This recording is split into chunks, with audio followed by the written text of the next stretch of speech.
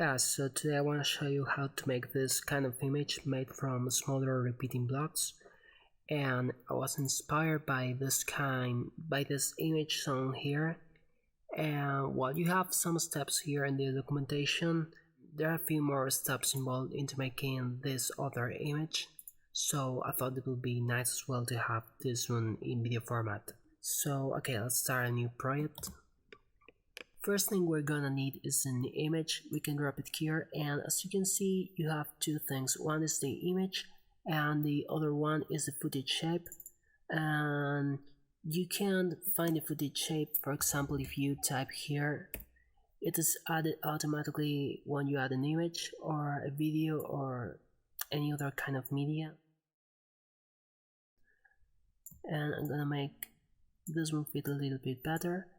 And next thing is adding a duplicator, but we need something to duplicate.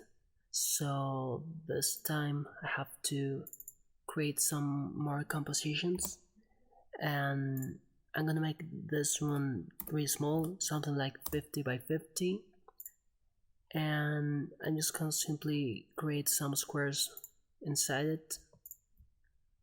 So you can type here some simpler operations to calculate numbers, and yeah, this is the first one, and I'm gonna speed up this process because it doesn't have really much to it.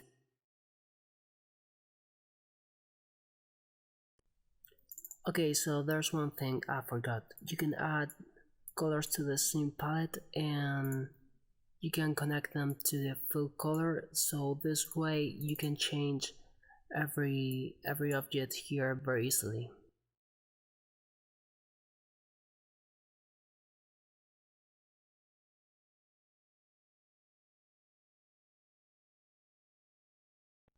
Okay, so now back into our main composition. I'm gonna drop the other compositions and I'm gonna use them as the input shapes for the duplicator.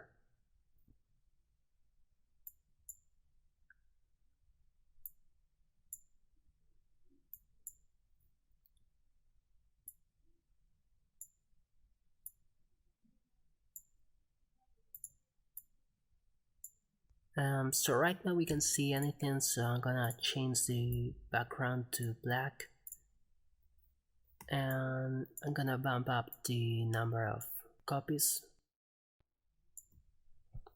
And right now we can see anything, so we need a material sampler,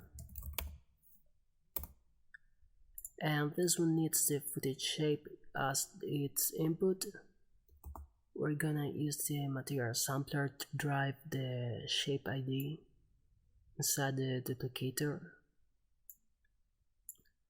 Right now it's quite quick, so we can always change the shape scale to something that looks better. And yeah, that's it. I hope you liked this video and see you next time. Bye.